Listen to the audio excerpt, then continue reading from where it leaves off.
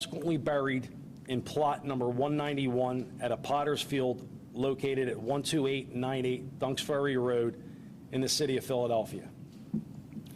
The investigation was originally assigned to Detectives Powell and Repsch in 1957 and reassigned to Detective Carruthers in May of 1960.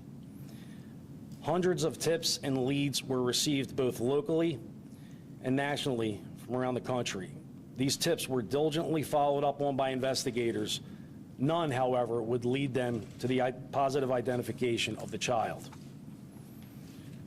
On October 30th, 1998, a court order was obtained to have the child's remains exhumed.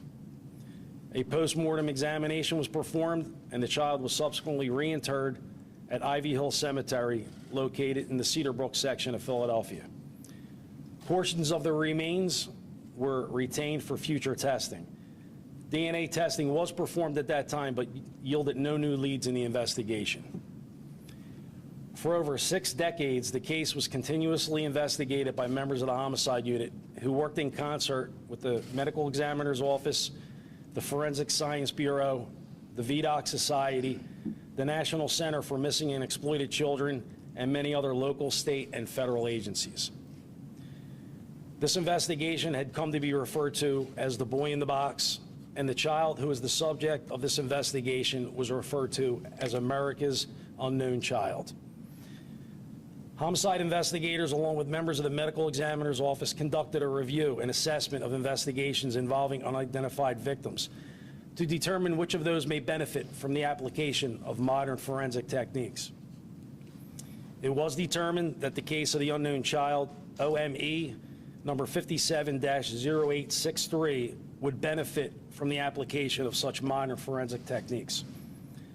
The portion of the remains that were in the possession of the Philadelphia Medical Examiner's Office were determined to be insufficient in order to obtain the required DNA to apply these modern techniques. In homicide cases such as this, extreme difficulty lies in the fact that rarely can they be resolved and the offender ultimately brought to justice until the victim is first identified. With that in mind, on April 24th of 2019, an additional court order was obtained to have the child's remains exhumed once again. Forensic anthropologist Dr. Washburn examined the remains and was able to obtain the required amount of DNA to apply modern forensic techniques. The child was reinterred, and portions of the remains were retained for future testing. Contemporary forensic applications and techniques, including genealogical DNA testing and inquiries, were made with the assistance of genetic genealogists. The results of the DNA testing were uploaded to DNA databases, and the results were interpreted by the genealogists involved in this investigation. Based on the interpretation of the results by the genealogists, detectives were able to locate and make contact with possible relatives of the child's family on the maternal side. Through further investigation and additional testing, the genealogists involved in this investigation were able to establish the identity of the birth mother of the unidentified child. A court order signed by a Court of Common Pleas judge to obtain the birth records, death records, and adoption records for all children born to the established birth mother between the years 1944 to 1956 from the Pennsylvania Department of Health, Bureau of Health Statistics and Registries, Division of Vital Records. There were 3 responsive results based on this order. 2 of the results were birth certificates for children born to the established birth mother during that time frame who were previously known to investigators, one of whom provided DNA and was matched previously by the genealogist. The 3rd result was a birth certificate for a male child born to the established birth mother in 1953, which could be consistent with the approximated age of the unidentified child. The birth father was listed on the birth certificate for the male child born in 1953. Based on research by detectives and the genealogists, a male was discovered who could possibly be the birth father of the unidentified child. Detectives were able to locate and make contact with possible relatives of the child's family on the paternal side. Through additional testing, the genealogists were able to establish the birth father of the unidentified child. A request was sent to the Social Security Administration Office of Inspector General to determine if a Social Security number had ever been issued in the name of the child. The response from the Social Security Administration was that there had not been. Homicide investigators Detective Bob Hesser and Detective Greg Santamala, as well as Forensics Laboratory Manager Ryan Gallagher, met with Dr. Albert Chu of the Medical Examiner's Office. Dr. Chu was apprised of the aforementioned facts. Dr. Chu also consulted with the genetic genealogists involved in this investigation. Dr. Chu indicated that based on the facts presented and the conclusions of the genetic genealogists, the death certificate for the unknown child, OME number 57-0863, would be amended to reflect the child's birth name, Joseph Augustus Zorelli. Joseph's date of birth is January 13th, 1953. Before I turn things over to our Chief Medical Examiner for the City of Philadelphia, Dr. Constance D'Angelo, I would like to address 3 questions which I believe most of you would like an answer to. The first is going to be, who are the child's parents and what are their names? At this point in time, we are not going to be releasing that information. Joseph has a number of siblings on both the mother and father's side who are living, and it is out of respect for them that their parents' information remain confidential. The second question is obviously going to be, do we know who was responsible for Joseph's death? The answer at this time is unfortunately no. We have our suspicions as to who may be responsible, but it would be irresponsible of me to share these suspicions as this remains an active and ongoing criminal investigation. The third question, I believe, is going to be, are you currently working on any additional unidentified persons cases? The answer to that question is going to be yes, we absolutely are. There is an ongoing effort to apply the technology and techniques used in this investigation to other unknown human remains cases. These investigations involve victims of homicide, cases deemed to be suspicious in nature, as well as accidental or from natural causes. A team of investigators from the Homicide Unit's Cold Case Squad, our Special Victims Unit, Long-Term Missing Persons Squad, Forensic Science Bureau, the Office of the Medical Examiner, and the District Attorney's Office meet on a weekly basis to review and identify cases that would benefit from the application of these techniques to further their respective investigations. There are currently more than a dozen cases in progress right now, and as leads are developed, they are pursued by investigators and worked on by other members from the group. I'll now turn things over to Dr. D'Angelo.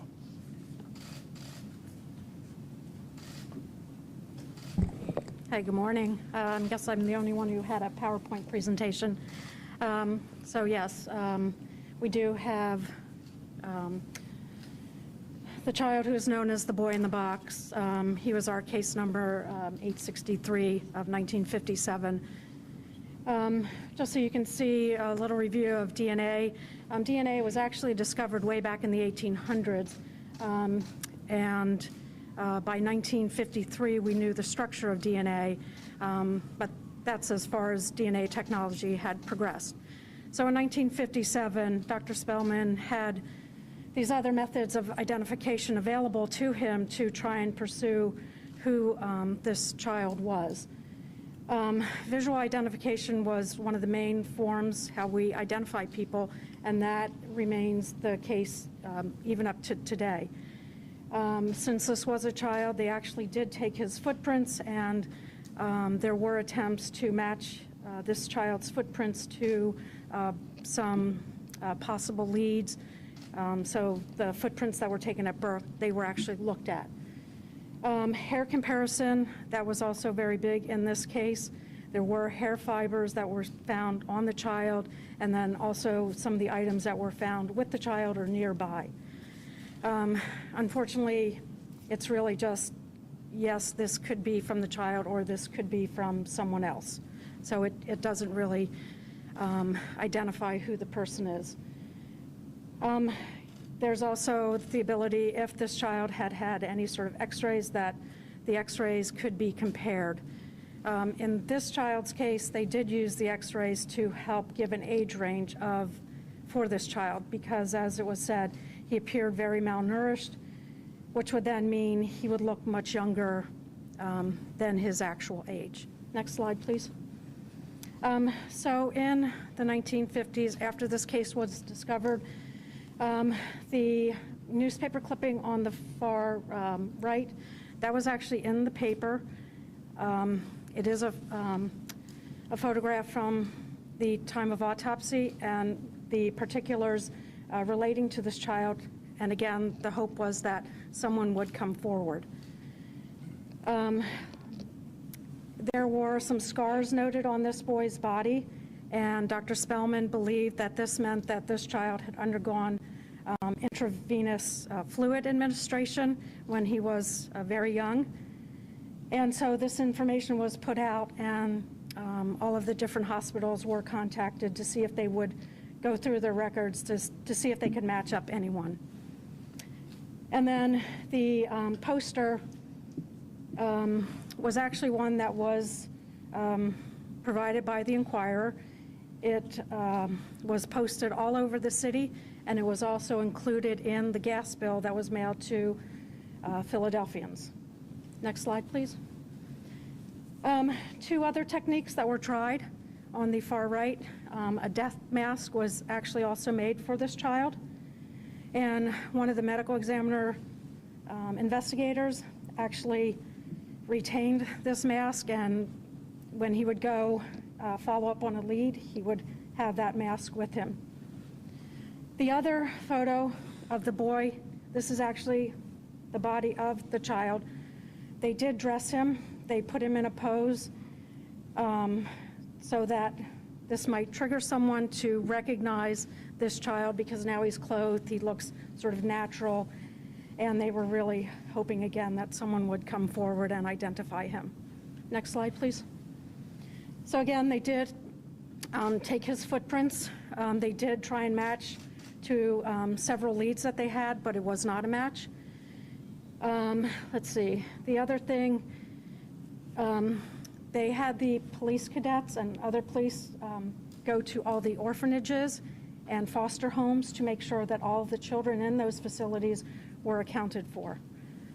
And then the last clipping is about a handkerchief, which seems to possibly be a red herring, but at the bottom, you'll notice that at that time, people were actually allowed to come into the medical examiner's office and visually look at the deceased body.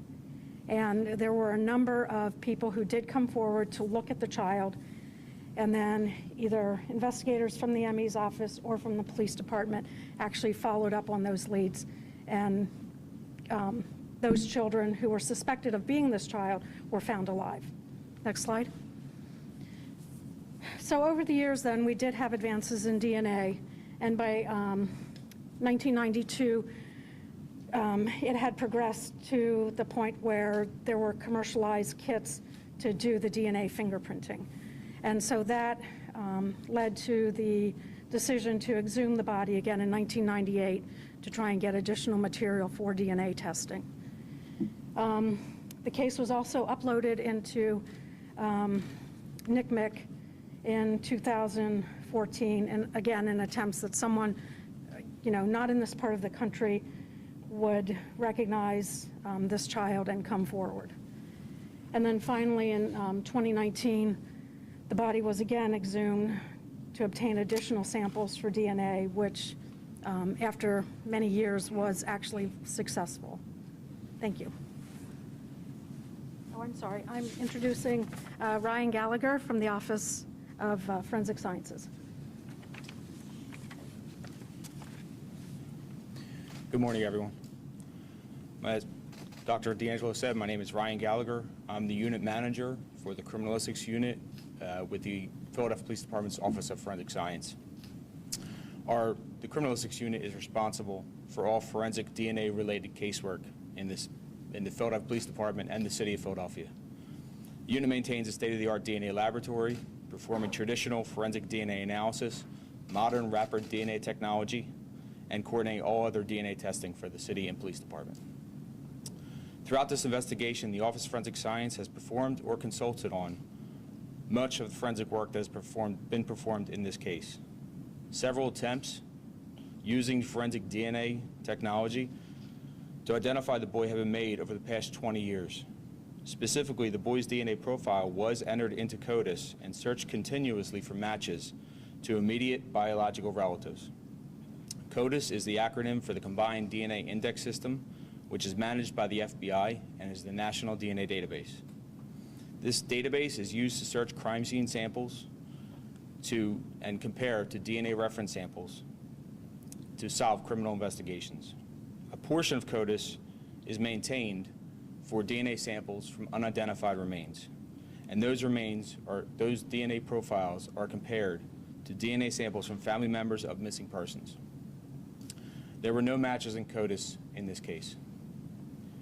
With typical DNA processing, our scientists in the lab examine 24 areas along your DNA to develop a profile. With advancements in DNA technology, it is possible to examine thousands of areas along your DNA. For standard forensic DNA analysis that we do every day, this expanded testing is not necessary. However, the analysis of this additional DNA has created a new capability for investigating cases by revealing potential familial relationships. This growing field is often called forensic genetic genealogy or investigative genealogy. In a few moments, you'll hear from Dr. Colleen Fitzpatrick of Identifinders International, the company that worked tirelessly on this investigation with the police department and the Office of the Medical Examiner. We also like to thank several other forensic laboratories that have helped and provide analysis over the years, including the Federal Bureau of Investigation. While today's event centers on the identification of this child, it's equally important that we mention larger efforts to bring closure to other families in our city. The Office of Forensic Science has implemented a forensic genetic genealogy program to assist the Philadelphia Medical Examiner's Office and the Philadelphia Police Department with investigations involving the identification of unidentified human remains or unknown suspects in criminal cases. Due to limitations with the technology, not every case is going to benefit from this. However, the police department continues to evaluate all applicable cases and determine eligibility. In cooperation with the Homicide Unit, the Special Victims Unit, the Philadelphia Office of the Medical Examiner, the Forensic Genealogy Program has initiated testing in dozens of cases. These cases range in years from 1957 through 2022. The program emphasizes a collaborative effort between forensic scientists and detectives to uncover and follow up on investigative leads. Joseph Augustus Zarelli represents the first identification of human remains using forensic genetic genealogy as a result of this collaboration. While this is the first, it will definitely not be the last identification that is made. Our goal for the project is that there will never be another unidentified homicide victim in the city of Philadelphia. We have established a process for all new unidentified remains and are working through the records of all previous homicides to identify cases which may be included in this program. In reality, we may not attain the lofty goal of 100% identification for a variety of reasons. However, the identification of America's unknown child strengthens our resolve. The victims of a homicide deserve, and their families deserve, no less. And I'll introduce Dr. Colleen Fitzpatrick from Identifinders International.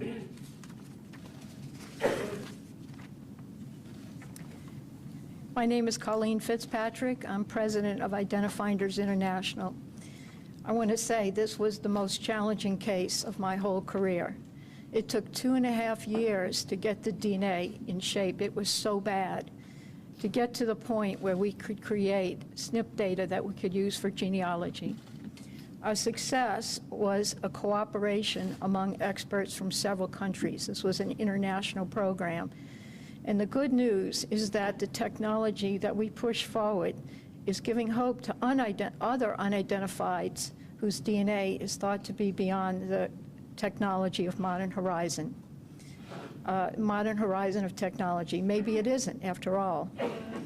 There's so many people I'd like to thank. I'd like to thank first Detective Bob Hesser, who was just so patient and did so much investigative work on that side of the forensic genealogy.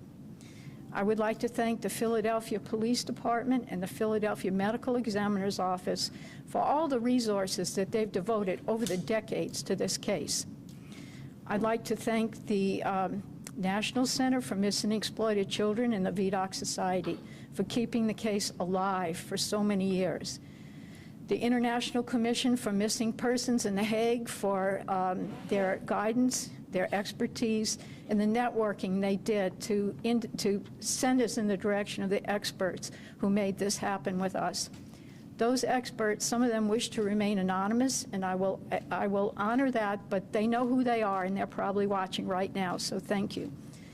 I want to thank AudioChuck for a grant funding that covered some of our critical expenses.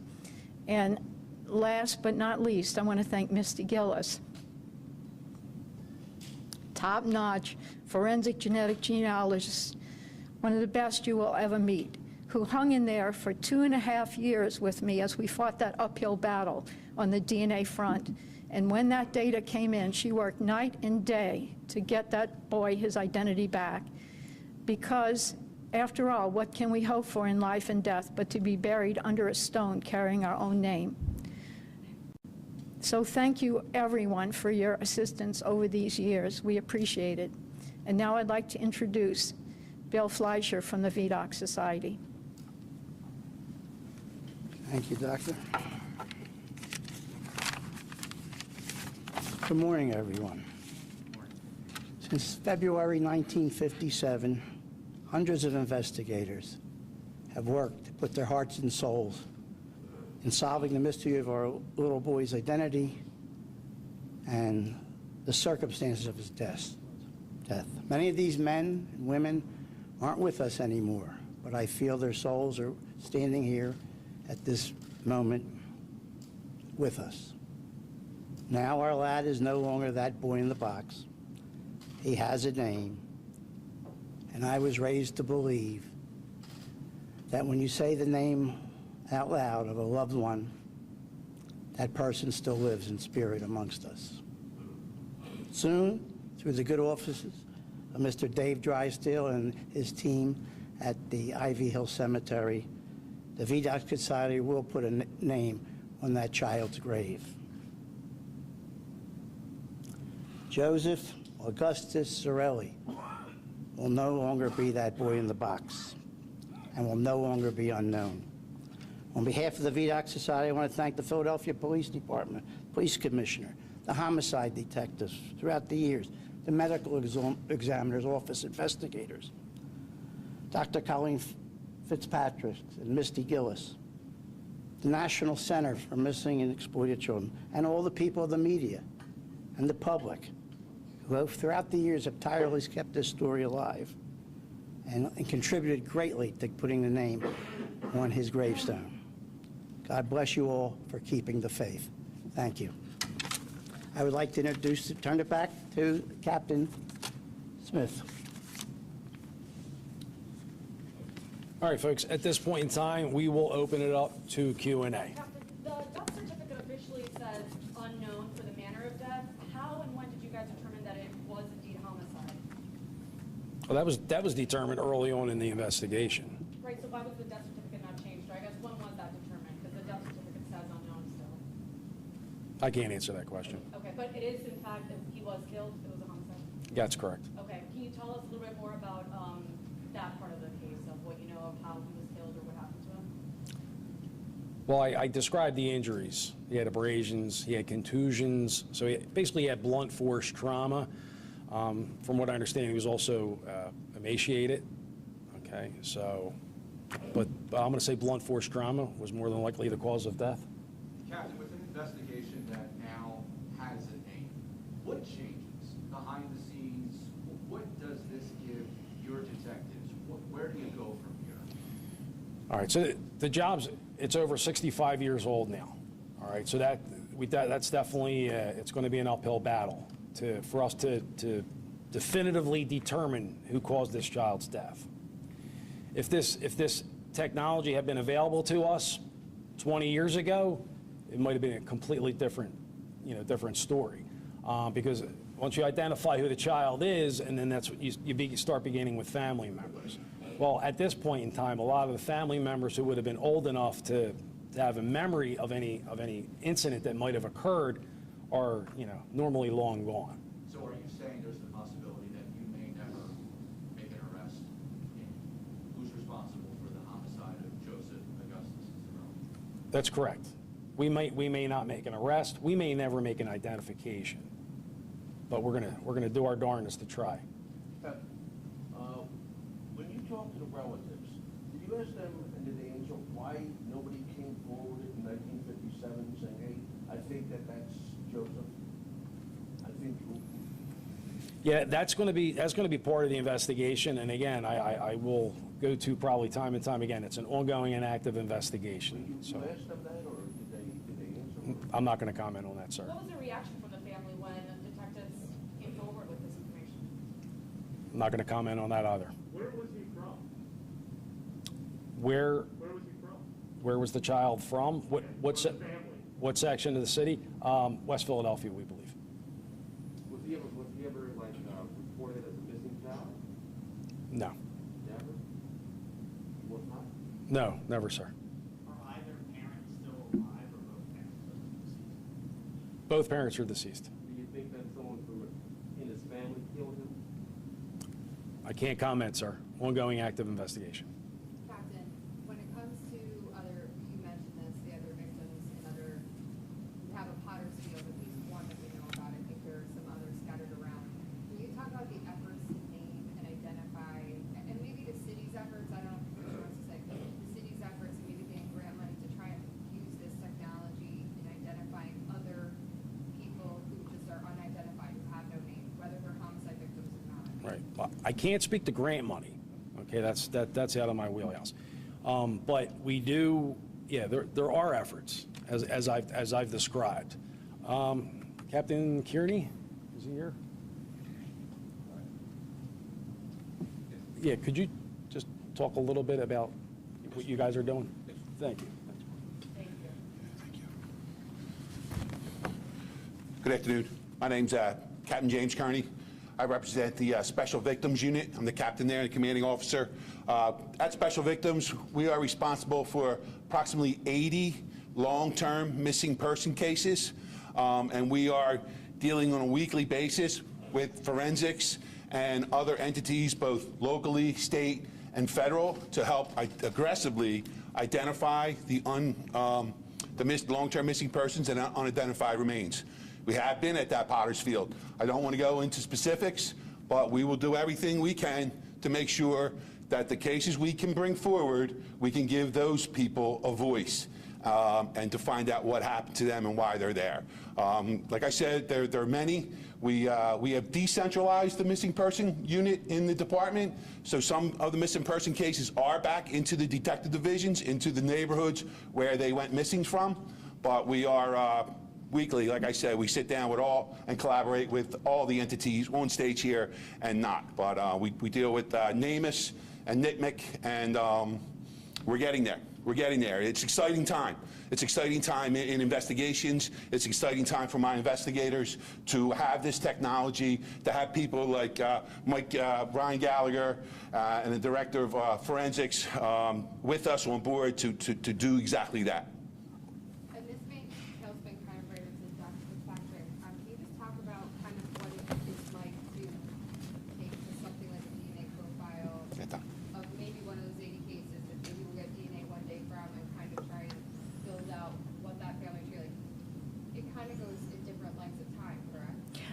We've solved cases in 2 hours, and we've solved cases in 3 years. And we've solved cases that are still on the table. I mean, we're working on cases that are still on the table after 3 years. This is a brand-new technology as of 2017-18. So the oldest cases you're going to find are 3 or 4 years right now that haven't been solved. But as the databases grow and our tools develop and we go forward with the technology, there's going to be a lot more, and it's going to go a lot more quickly. This is a brand new technology, and you've got to give us time to move forward with it. Every case we solve, we learn something from that pays forward to the next one. So we look forward to a lot more success stories. I have a question here.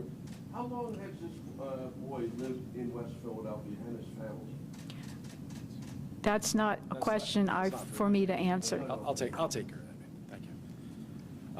Well, the child that just turned 4 years old, right? And his family had roots there, or did they just move there, or? I can't say with any degree of specificity that how long he was there. All right, What I'm trying to say is, none of the neighbors noticed him missing, you know, and seeing all the TV coverage and the newspapers and the Bulletin and the Inquirer, nobody put two and two together that, you know, this child is no longer here and that's him? Well, sir, we just discovered who the child was. Right, but they had the picture. You had the picture, you looked to see Right. who the child is. I can't answer that question, sir. I don't know what the neighbors knew or didn't know. Was there anything else with the investigation, the evidence that was collected that rang a bell for investigators when they went back? We talked about that JCPenney box, that green blanket. Was there any other piece of evidence that was collected so long ago, 65 years ago, other than that DNA, that started to make sense once you got that family picture? Yeah, there are a couple pieces of evidence in our custody, all right? One of which we're doing an examination for possible DNA, all right? It was an article of clothing that was left at the crime scene. But, you know, like I said, the evidence between then and now, it's diminishes. Just like the child's DNA degraded and became very, very difficult to extract a strain of DNA that was viable. Captain, you said that on the birth certificate there was a birth father named. Is that who ended up being the person that you guys are saying is the father? And what kind of physical proof is there for the father to be connected to this child? What kind of proof is there? That was done through genetic testing. So the father, we're hearing that the family is saying, the dad's side, that there's no physical proof connecting him to this child. Well, that's not true. Okay, so Yeah. can you just elaborate on what the proof is? And is it the person on the birth certificate, or was there further testing done with DNA to figure that out? Okay, so it is going to be the person that's on the birth certificate. All right, the name on the birth certificate is not exact. It's not exact. All right, and I'm going to leave it at that. All right, so, but it is the birth father. How do you know, though? I guess you can just give us a little more detail. Captain, Well, genealogy. Yeah. Now, it's the genealogical connections. When we look at the data, we see what we call matches or DNA cousins, and we network them, and there were cousins on both sides of the family that can only funnel to that one individual, can only be connected to that one guy. And so that's how we identified the parents, the family, and so on. There is all of that in place. I got a question for Captain Smith. You could talk a little bit about where the investigation goes from here. Are you adding more people? Is there going to be a re-interview of all the family members? How would you classify where it goes from here? And the other point is, would you talk about how there's a possibility the killer might even be dead? Or since this happened so long ago, the key people that you would have wanted to talk to might not even be alive anymore? Okay, so one of the things that I'm hoping comes out of this press conference is that we receive an avalanche of tips from the public. We're going to filter through each and every one of those tips, but in that avalanche, there might be a diamond in the rough. I'm hopeful that there's somebody who was in their mid to late 70s, possibly 80s, who remembers that child. All right, the child did live until a little over past the age of 4 years old. So there would have been somebody out there that would have seen this child, perhaps another family member that hasn't stepped forward, possibly a neighbor, okay, a neighbor that remembers seeing that child, remembers whatever occurring at that particular household. That's what I'm hoping comes out of this. Of course, we're going to be revisiting the family members. The assigned investigator, we just had a member down at the homicide unit. So like I said, this remains an active investigation. We're going to continue to work this. Captain, are surviving family members still in the area? And secondly, other than charges related to the actual homicide, are there other charges possibly in play? I'm not going to comment about whether where the family members live. whether they're in California, Delaware, or in this immediate vicinity. I'm just not going to comment on that. And as far as other charges, what other charges what would you be alluding to? Asking about possible obstruction, other related counts that may conceal the actual crime. I'm not going to comment on that. How many siblings did the child have when they were younger? There were siblings on both sides.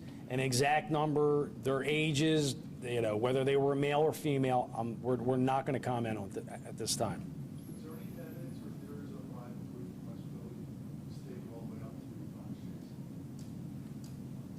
Chase? Is there a theory? Theories or evidence? I mean, the theory would be common sense, it was far away from their house. At that point in time, that area of Fox Chase was pretty rural. Captain, are we talking West Philadelphia proper, Overbrook Park, Overbrook? Is there a specific neighborhood West Philadelphia? I mean, I can narrow it down. It's 61st and Market area. 61st? 61st and Market Street.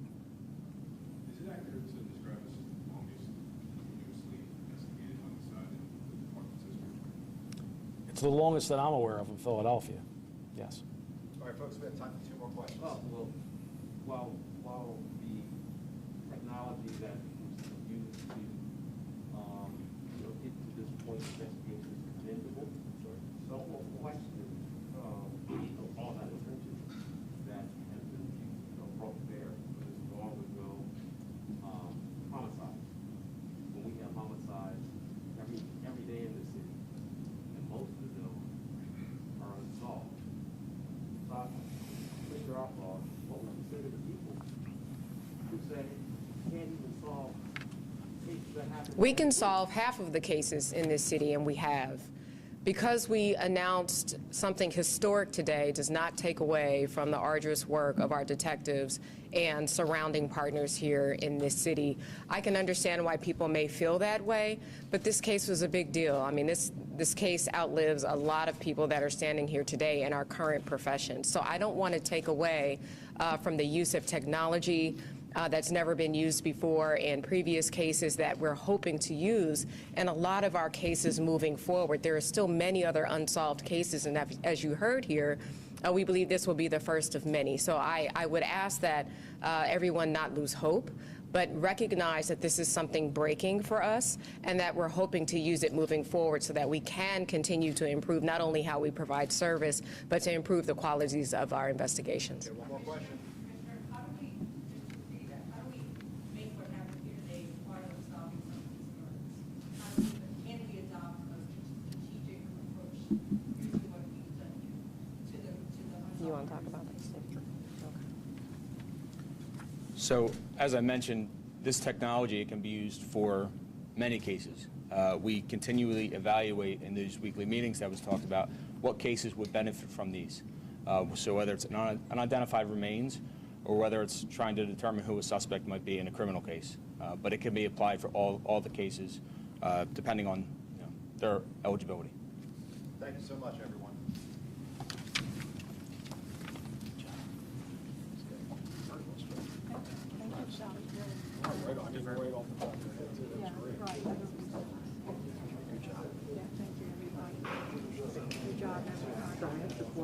Which is good. Question, if anybody can answer it about, there have been all these theories over the years, it just puts all of those to rest. Yes, yes, next to me.